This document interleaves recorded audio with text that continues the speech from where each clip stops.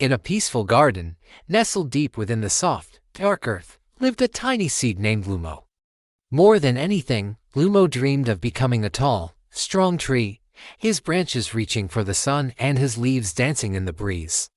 He imagined birds building nests among his boughs and children playing in his shade. It was a beautiful dream, one that filled his tiny shell with hope and determination. But every time Lumo gathered his strength, every time he tried to push his way up through the soil, the giant wind would roar across the garden. It was a powerful, blustering force. And it seemed to take a special interest in keeping things small. Stay down there, little seed, the giant wind would boom, its voice like thunder. The world up here is not for you. You're too small, too weak to stand tall.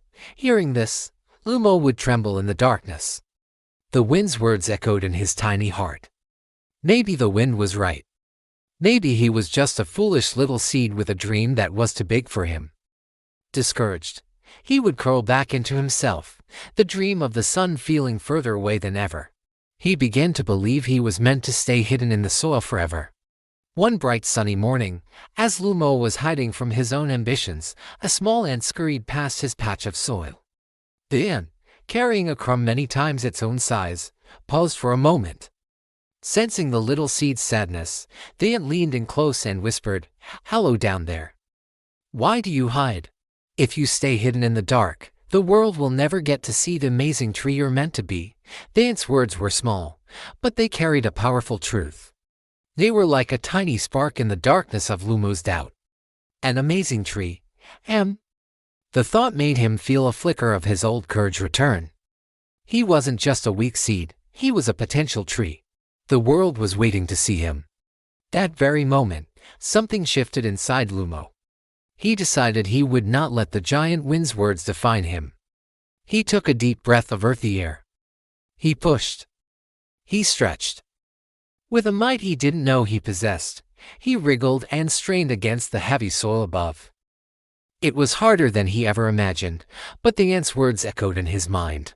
Finally, after what felt like a lifetime, 2 tiny green leaves peeked through the dirt, blinking in the bright, warm sunlight for the first time. Lumo had done it. He was a sprout. His joy, however, was short-lived. The giant wind, seeing the new sprout, returned with a furious, wild howl. It blasted the garden with all its might, determined to prove its point. Flowers bent low to the ground. Strong branches on older trees shook and groaned. The wind aimed its full force at the tiny, fragile sprout. But Lumo held on. He gripped the earth with his new, tiny roots and whispered against the gale, "I was made for this. I will not break." Slowly, day by day, Lumo's quiet defiance paid off. Each time the wind blew, his roots dug a little deeper for stability. His stem grew a little thicker to resist the force. He learned to bend without breaking, to sway with the wind's rhythm instead of fighting it head-on. The challenges didn't stop him, they taught him how to be strong. Years passed. The seasons changed, again and again. Lumo the tiny seed was a distant memory. In his place stood the tallest, strongest, and most magnificent tree in the entire garden. His trunk was thick and sturdy, a testament to his resilience. His branches spread wide, creating a lush canopy that offered shelter and comfort to all the garden's creatures.